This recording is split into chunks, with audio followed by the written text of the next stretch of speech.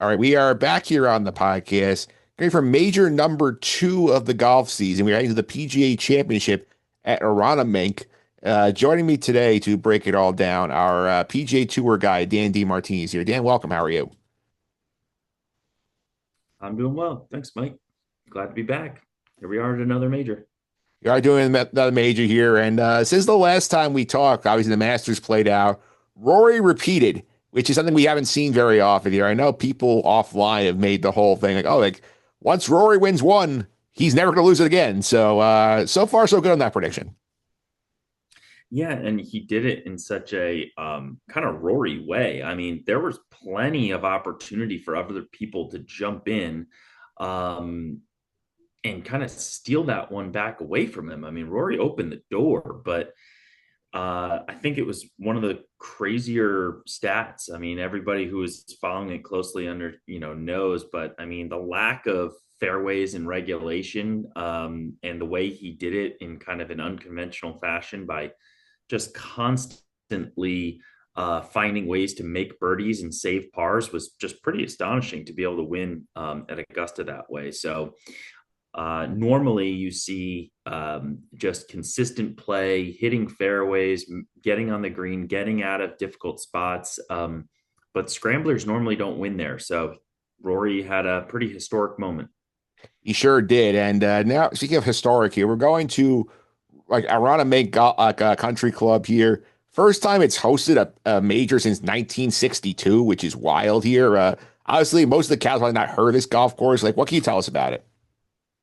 Yeah, it's a very special place. It's constantly ranked, in the top 100 golf courses in America and potentially even around the world. Aronimink is just a really great test of smart golf play. It is not about distance.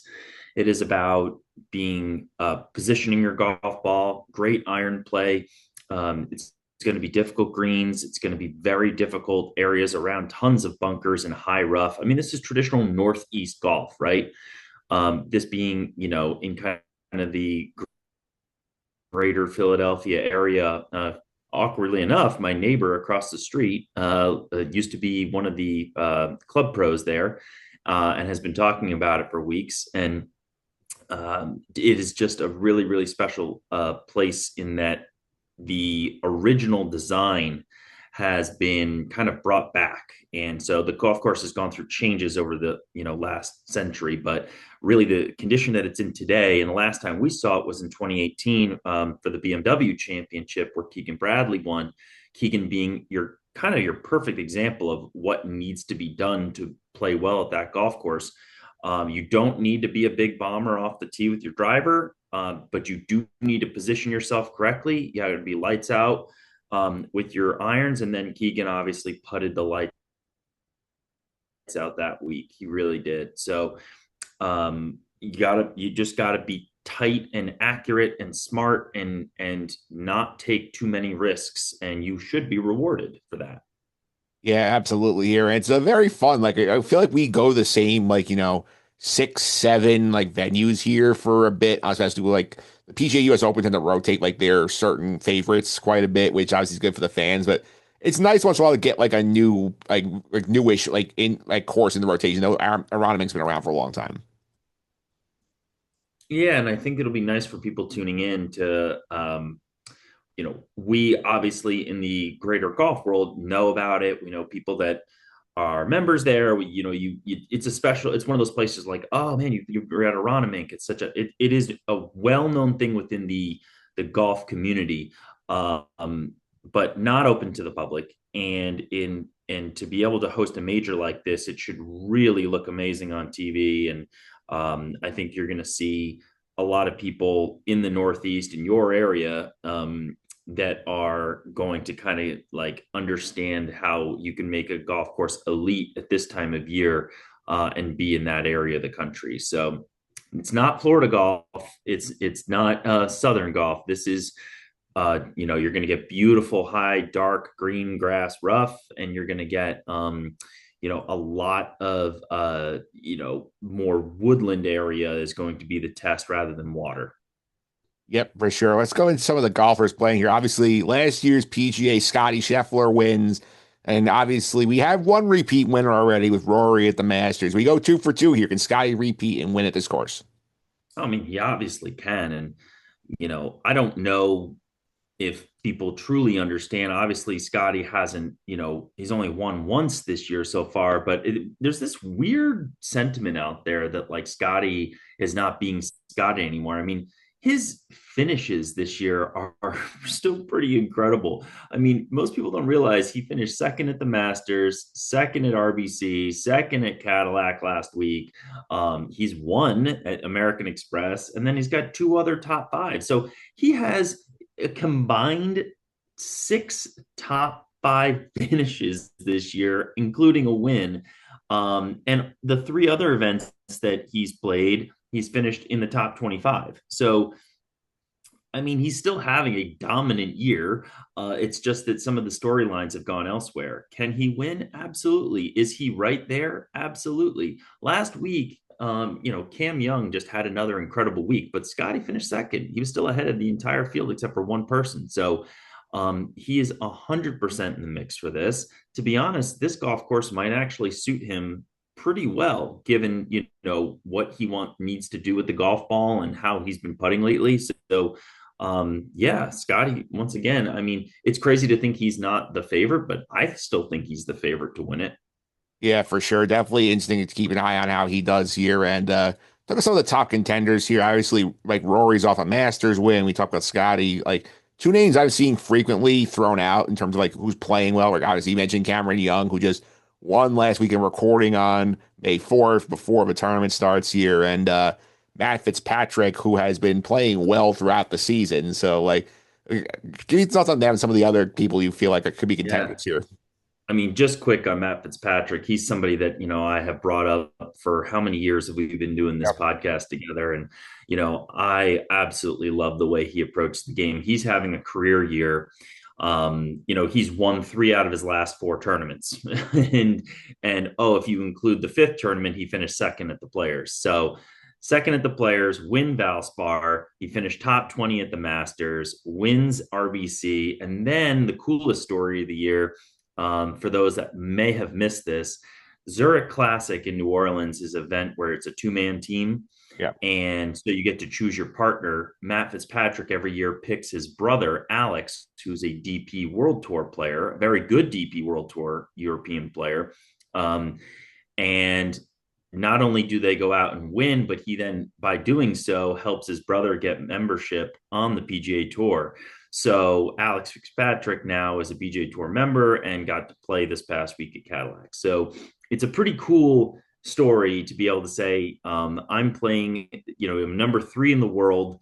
I'm playing incredible golf. I'm winning tournaments. Oh, and by the way, now my brother gets to come play out with me in all these major and signature events. So Matt Fitzpatrick, right next to Scotty right now is a favorite. Some other people that I think are just in really good form is if you truly look at Xander Schauffele.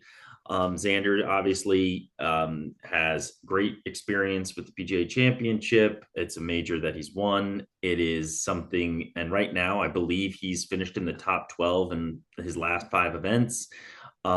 He is playing fantastic golf. He's really in form. And once again, another course that favors his style of game.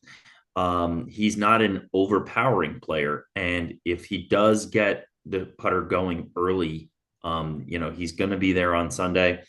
And then kind of if you're just looking at it, I mean, I just get this feeling that Brooks is lurking. And I just, he's playing this week. He's at Myrtle Beach. He's not in the signature event, but Brooks Koepka is a guy who, when he obviously, we all know his track record with the PGA Championship and the US Open, but I think he's just kind of quietly sitting there in a position where he's found his game again. He's figured out how to play these kinds of, 4-round events and play against this group of competitors.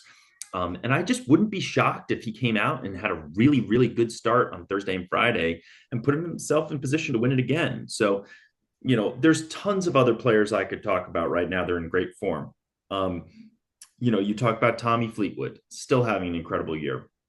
You talk about guys like Ben Griffin, who are starting to heat up again.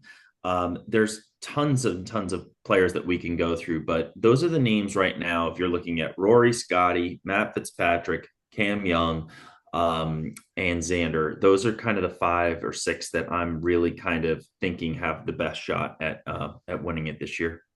Yeah, let's look at some sleepers as well. You always kind of do is like we're people who are under the radar here in terms of like, who's playing well, but like not on that level of like the Cam Young, Matt Fitzpatrick, Scotty tier. Like, who are some of these like other players you're looking at for? Yeah, Like, I kind always, of look yeah. at I look at a guy like Gary Woodland. I mean, everybody knows his incredible story.